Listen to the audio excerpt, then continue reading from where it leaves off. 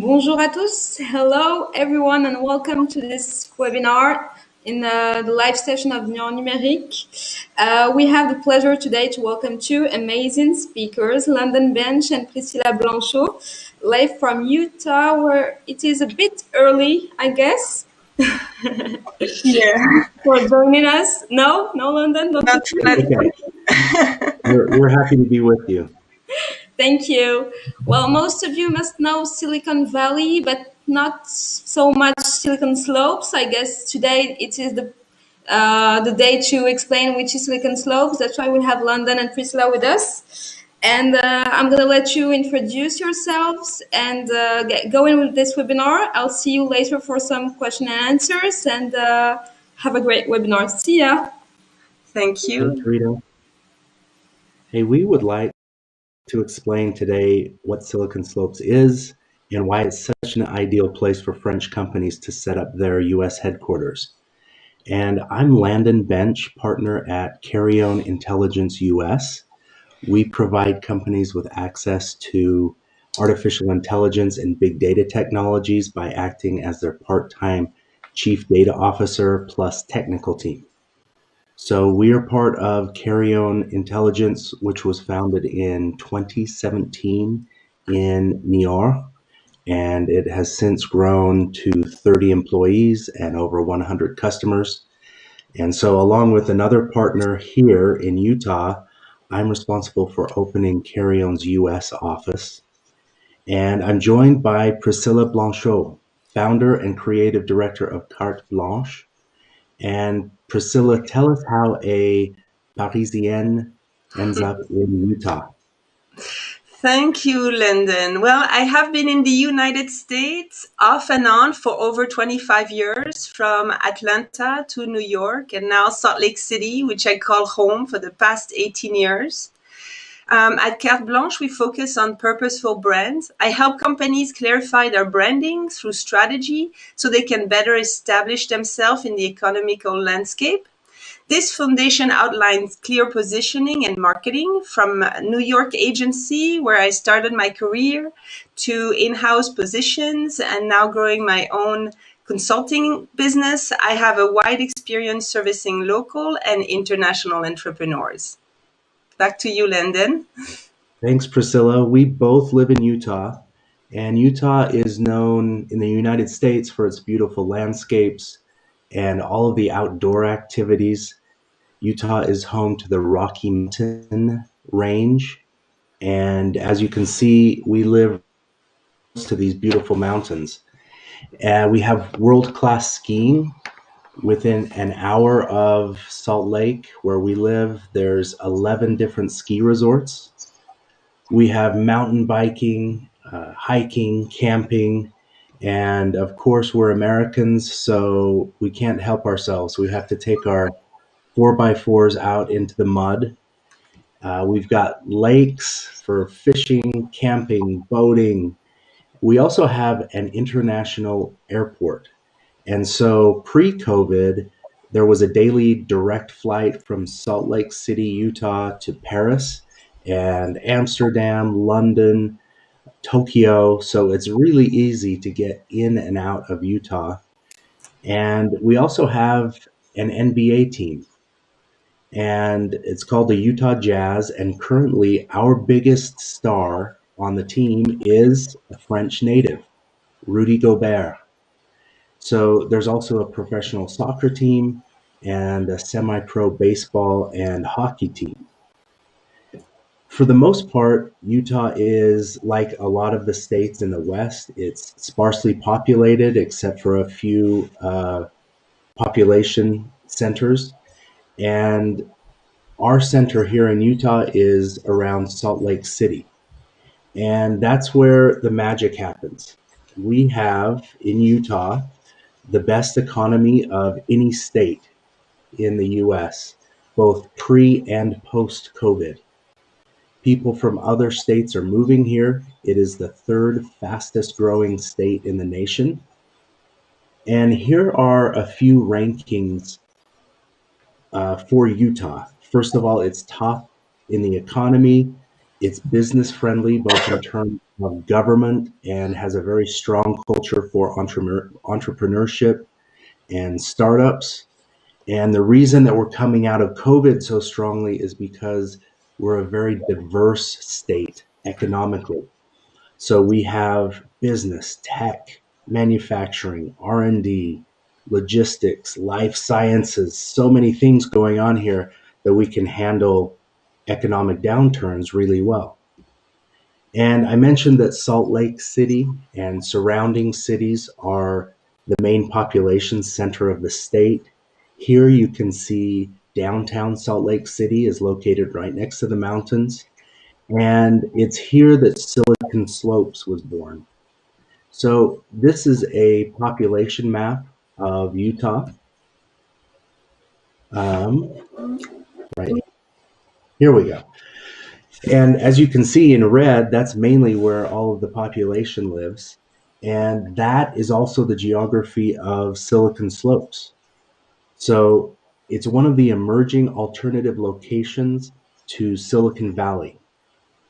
California tech companies are moving operations here due to a lower cost of living, and also where our state government is far more friendly and encouraging to business and startups.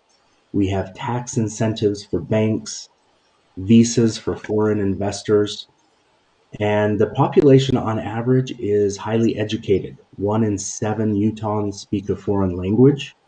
So companies can find it easy to hire great people. And we're just a short drive from Las Vegas, where they have the CES show every year, and La French Tech has a big participation there at CES. And there's also a strong investment community in Utah, and it supports the 6,500 tech and startup companies in Utah. In 2019, there was $1.4 billion invested in Utah by venture capital firms. Now, let's take a look at Utah from a French perspective. Priscilla, tell us more about that. Thank you, Landon. So France is number 2. There we go.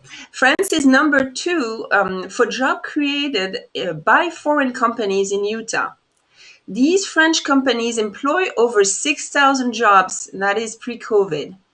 And there's about 1,500 French citizens registered at the San Francisco consulate, which is our assigned consulate, as we do not have one locally, but we do have an honorary consul. That said, we can probably double that amount for non-registered citizens and estimate that there's about 3,000 French citizens living in Utah. And I always tell all the French citizens, very important for them to register with their consulates so we know where they are, and also in case of emergency and election times.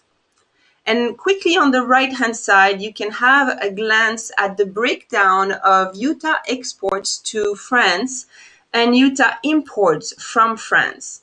Utah exports a majority of manufactured goods to France, while France brings in an equal amount of manufactured goods and transportation equipment into Utah.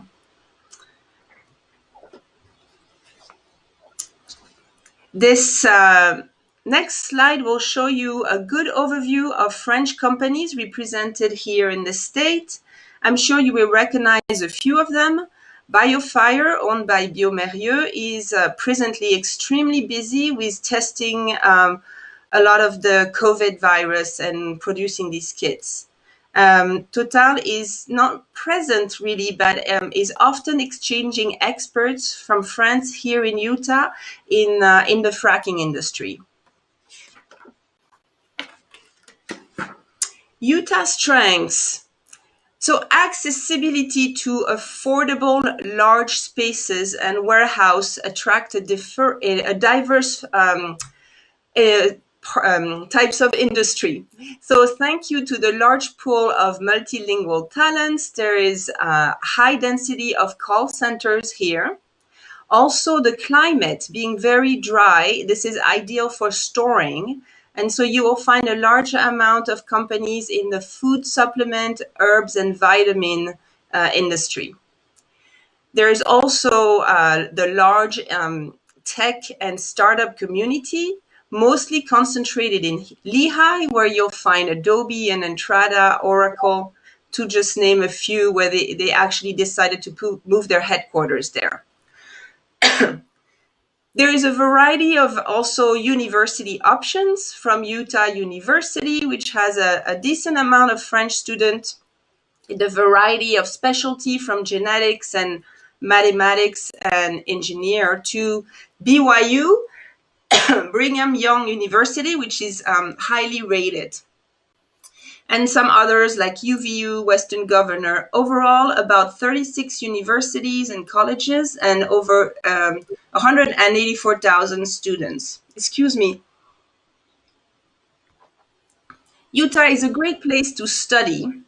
You will also find a high density of multi-level companies such as doTERRA and New Skin Enterprises.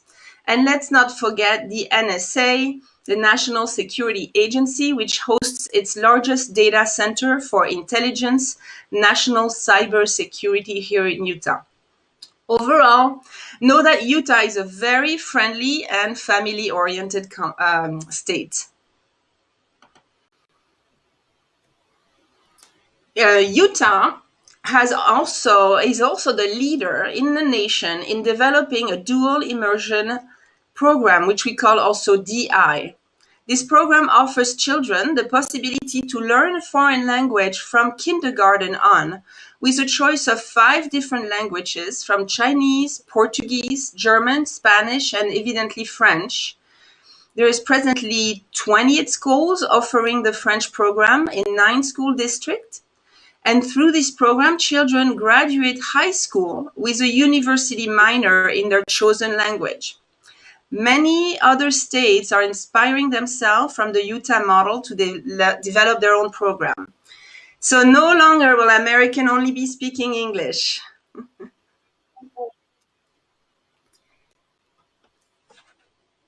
I'm ready for the next slide. I don't know if it's stuck. There we go. I think it's up. The French community in Utah is pretty well represented. So we have a Utah Accueil, which is a non-profit organization, member of the FIAF, Fédération Internationale des Accueils Français à l'Étranger. Its mission is to first welcome French expats and newcomers in the area, inform and help them integrate through monthly events. It also unites French native, Francophone, and French speakers to cultural events. There's about 350 members. That represents about 70 families between Park City and Salt Lake City. And this group offers the possibility also for the French children to get together, learn, and play within their own culture. We also do have an Alliance Française. It's represented here on a smaller scale, more as a club, but it's still promoting the French language as it should be. So what are some of the challenges? Sorry, I'm seeing a lag with there we go, thank you. One of the main challenges in Utah and in the US in general is the small amount of quota for entrepreneurial visas, which quickly reaches its capacity. So as Kirion has very well managed, the ideal setup for a company in Utah would be to hire locally first. This will be easier than getting a visa, and it will also get you direct understanding of the local market. But the American mindset works very differently than the French. So make sure your local employee knows that they will have to work in adapting your company product and services, as well as its marketing and brand presence. And be aware that the American employee needs more money than time off, as this is there's no social safety here, as it exists as a capitalist society. Back to you, Landon. Thanks, Priscilla. Priscilla and I thought that it might be helpful for you as people in the French tech space, maybe considering someday an expansion to the US. We thought it would be good to understand we have here in Silicon Slopes and the business and skill requirements for setting up a business, as well as maybe the sales and marketing journey that we went through here at Carrion. So, first of all, I just want to explain how easy it is to set up a business entity in the US. I used an attorney. He set up our entity and we got all of the necessary, and it cost about $1,500 a week of time. So it goes really, I can set up the bank account, register with the state all in one day. That's easy. One thing that was let's selling carry offering here in the US. And so to begin with, we conducted a lot of validation interviews with potential clients. And the question for us, of course, was, is there a need for our services in the US? And I was supported by a couple of our French executives, Hugues Razatranib and Sebastien Pavel, and they spent time with me in Utah. We visited potential customers to validate, and yes, we definitely found that companies needed our services. So I took all of French information, our messaging, our pitch, and I started selling. And the French offering is essentially that we have a methodology that helps clients go from beginning to end in an artificial intelligence or data project. We can do any project for anyone in any industry. And what we do is down with the stakeholders of the project and we talk about pain points and we explore those and find those and then we prioritize them. And so I talked with company after company, and this sales pitch works really well in France. And so I just started pitching this, but I could not close any deals. And I would often hear from customers, hey, I like this idea. I just don't know where to use it within my company. Or I really like this. I just need to figure out where it would fit in my company.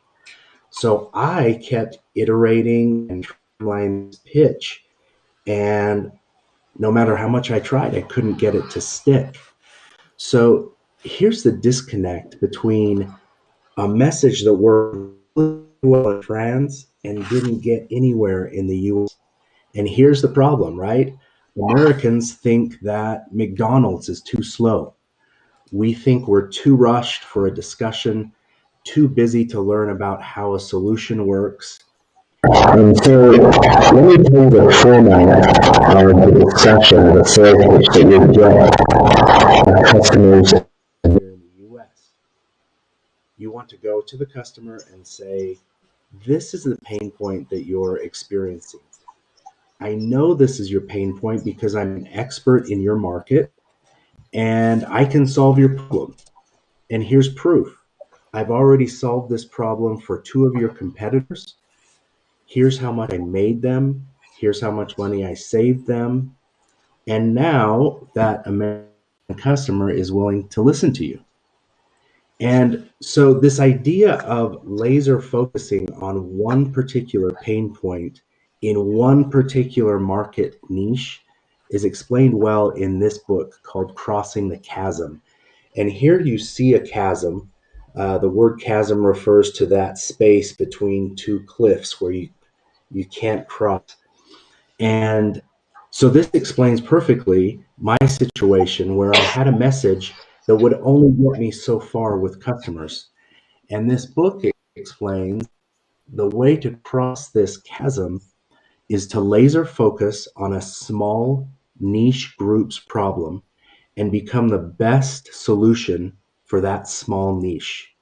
And then to move on to an adjacent niche and then another, much like you're knocking down bowling pins. So the question was for us, what is our first bowling pin? And the next question is, we have an engine here, and our strong technical team. It's kind of our engine of the company. And the question is, how do we give our customers access to this engine? What type of chassis and body do we build around this engine? What does it look like? Well, what we want is make that chassis and body as irresistible as possible to the companies in our chosen niche. We want them to want to engage with this car and sit in it and turn on the ignition key. And as we were beginning our search for the right bowling pin, we received a round of funding from our French headquarters in April of this year. And so I was able to bring on a partner, and then everything locked down for COVID. This turned out to be really good for us because everyone was at home and they did not have anything to do except get on Zoom calls with us. And we had a lot of research that we needed to do. So we talked with a lot of people in a lot of different industries trying to find the right body and the right chassis to build for our customer profile. And this was a very dynamic process. But finally, we started to see some profiles, some target customers that we saw over and over, both in startups and in growth companies, maybe companies from 5 to 20 million in revenue. And we started to see what kind of car they needed to drive. And so we figured out the right message and the right body for this engine.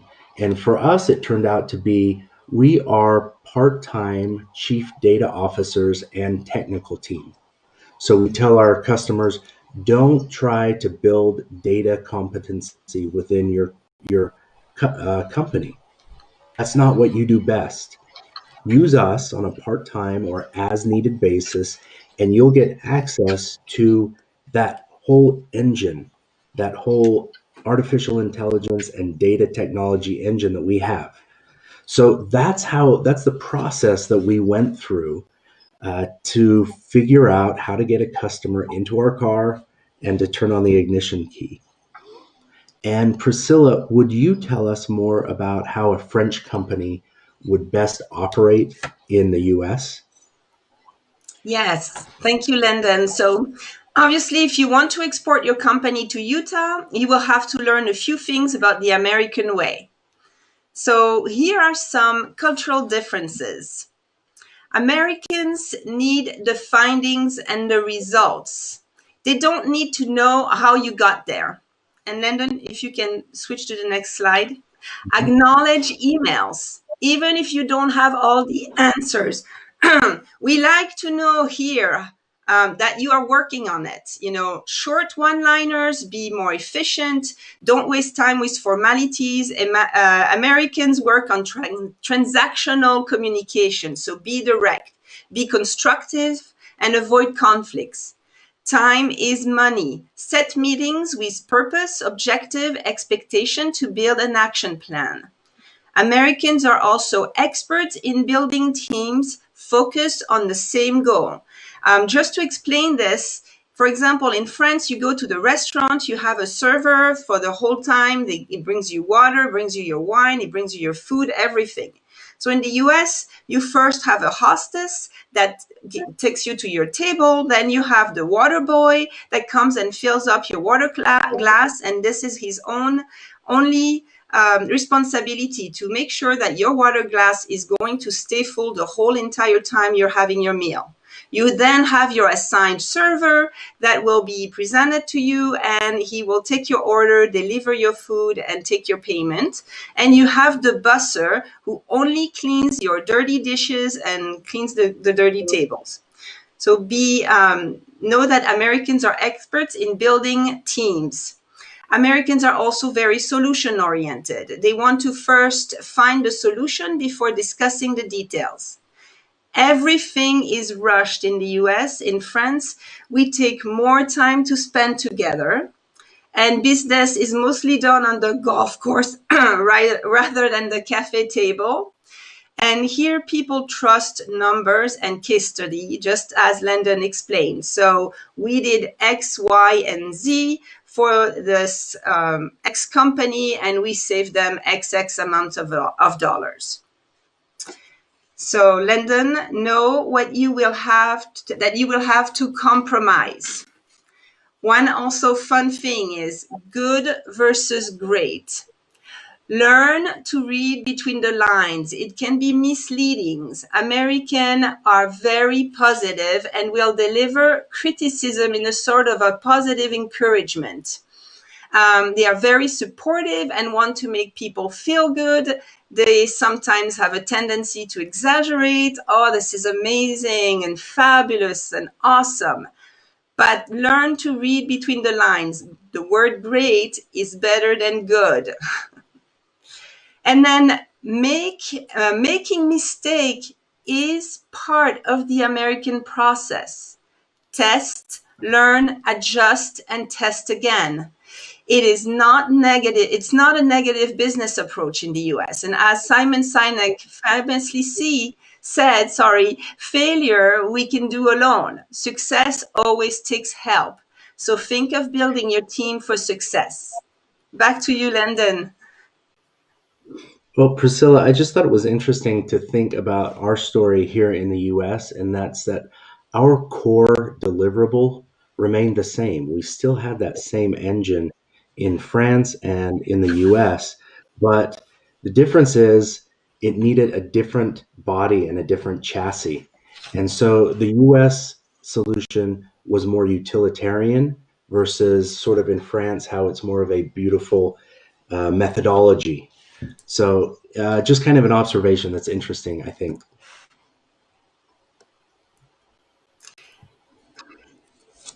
Well, just to drill your point down, Landon, Leo Burnett accurately say, "Don't tell me how good you make it. Tell me how good it makes me when I use it." Understand and create a strategy for your company. Identify the goals of your company in the US. Set attainable goals with success metrics. How will you measure your success? Analyze your competitive landscape and brand interaction. The American company and consumers might not be consuming your product or service the same way as in France. Kiron is a perfect example on how they needed to adapt. Learn your brand journey. How will your consumer know of your brand and how will they interact with it? Execute a SWOT analysis. What are the strengths and weaknesses of your business here? What would be the opportunity and threats? What purpose and values does your company represent in the American mindset? And also consider your visual brand positioning. Does the look and feel of your French brand fit in the aesthetic of the American heart? Ask yourself, what image am I trying to portray? So overall, check how your French brand can adapt to the American market. Know that you know your American customer. What niche market do they belong to? Be the expert in a very focused market. Know the exact role you serve and sell. Whose and what pain are you solving? As Landon quickly realized, Kiron was casting a way too large of a net at the beginning, and he had to first take a fishing pole before he could slowly expand his reach. Research your potential American customers, so look at their demographics, psychographic pains and needs. Conduct exploratory interviews in a great way to build rapport and make contact. Americans are always willing to meet people and talk. So for example, explain that you're doing an exploratory interview with people in your role to understand the challenges you face, what current offering and model exists in your niche, and what is the distribution and price model. Obviously, you have to do your research. Then you can identify what makes you different and unique. Most importantly, also fill in the gap. Notice where there is a disconnect between what you want your company to be considered and how potential customers are considering your company and its product and services. And really know that Americans cultivate opportunities and French cultivate relationships. And we have here a few resources if you'd like to take some screen grab just quickly. Locally, 1 Million Cups, supported by the Kaufman Foundation, is a very safe place here for entrepreneurs to get feedback and opinions, test your speech, and get a feel for your company here. Pendolab is also a local entrepreneurial company for the connection and networking and to find funding and seed money. La French Tech, as Landon mentioned earlier, is the French startup scene in France that always has a very good presence in Las Vegas trade show at the Consumer Technology Association. The French Treasury in the US is very useful with insights on the American market. And the American Chamber will always have some great pointers, advice, and even events. Business France prepares and helps businesses to find commercial partners in the target market. And finally, if you do want to learn more about the differences between the French and the American in the work environment, I highly recommend the book Can We Agree to Disagree by Agathe Laurent and Sabine Landois. So we just wanted to let you know that Silicon Slopes is a fantastic place to set up a headquarters for French tech companies. And so we've got a great network of French families and people here ready to welcome you. And I hope that we were helpful in explaining some of our journey here and that it will be helpful to you. So Rita, I'll turn it back over to you. Okay. C'est bon? Okay.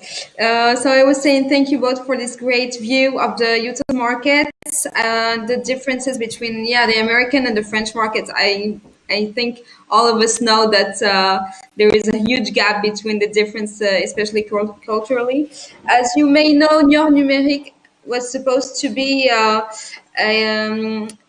business event that was supposed to happen in Niort in June, and the live sessions are like the backup plan, but it is going great until now. It is going great. And it was also supposed to be a link between actually Silicon Slopes and Niort. And London, I think we were speaking before we know that we were going to cancel Niort Numeric about the different bridges that we could be building between Niort and Utah, and not only at Silicon Slopes, but how also Niort could be winning from these exchanges. I think that it is a great entry for the companies in the American companies in the French market as well, because it's not like big cities as Paris, and it's not on the same way in America. It's not Los Angeles or San Francisco where all the tech companies are, and this is a way to enter the markets from a little side on the small door, but like not being seen. And like I would like to have your opinion on this. What would you say? Hey, I've been here in Utah for a few years, and I'll tell you, I've been to New York, I've been to California. This is a great place, so yeah, I think it's a really good place where we have such a strong concentration of tech startups, and it's such a strong entrepreneurial spirit here. So I think it's a perfect place. Mm. Yes. Have you been? Yeah, sorry, Priscilla.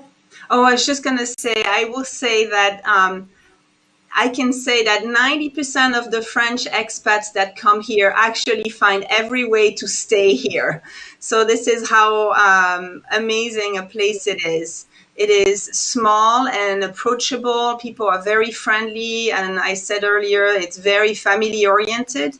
So and the lifestyle with the international airport is just very attractive, and as you mentioned, the competition is not as fierce as large cities, so it's doable, absolutely. Yeah, and it's exactly the same way here in France. It's not as Niort is a small city, but it's also the fourth ranked city in terms of financial data in France. So it's a really huge economical place actually in France, even if it's a small city. But with the insurance companies that are here, like it's booming, and I think we can see it's the same way as we could see Utah in a mirror. I think we can see Niort in the same way back there, and even for the American companies that can come to Niort, I think it's a huge opportunities of business. Like it's amazing, and I don't know how Carrion decided to go to Utah. How did this happen? You know, I have known the founder of Carry On for many years, Which is and it is Oog, yes. So we started talking about this, and he asked me if I would be interested in helping. And it's interesting. I said, "Hey, this is a perfect place to do this." And he kept saying, "Well, what about Texas? What about Boston or California?" I said, "No, hey, listen, this is the right place to do this." And once he got here and drove down the highway, and all you see is tech companies and entrepreneurs and startups, he said, "Man, this you're right. This is the right place." Yeah. What are the next steps now for you, London and Priscilla, in your companies? What are the next things that next projects? Go ahead, Priscilla. Well, I would like to serve more I would love to serve more the French companies wanting to come and settle here in Utah. And, in a sense, the COVID pandemic has given us and me opportunities to also pivot my business, so rethink a few things. So I'm very hopeful for the future for many great things. What about And you, Landon? yeah, we're like I said, we really nailed down our marketing message, and we are seeing traction with customers, and they're starting to move through our funnel, and we're starting to see this message and this model really work.